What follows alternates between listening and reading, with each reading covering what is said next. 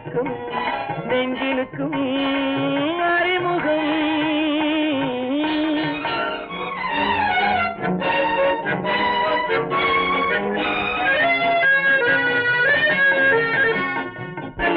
அழகுக்கு ஒருத்தி என்றால் அவள் இவை தானோ, ஆசையின் ஊற்று என்றால் அவள் இவை தானோ, எனக்கென தோன்றி வந்த இவள் அவை தானோ, இரு பொருள் தாங்கி வந்த தமிழ் மலத்தேனோ, கனவில் நின்ற திருமுகம் கண்ணீவள் புதுமுகம், கண்களுக்கும் நெஞ்சிலுக்கும் அறிமுகம்.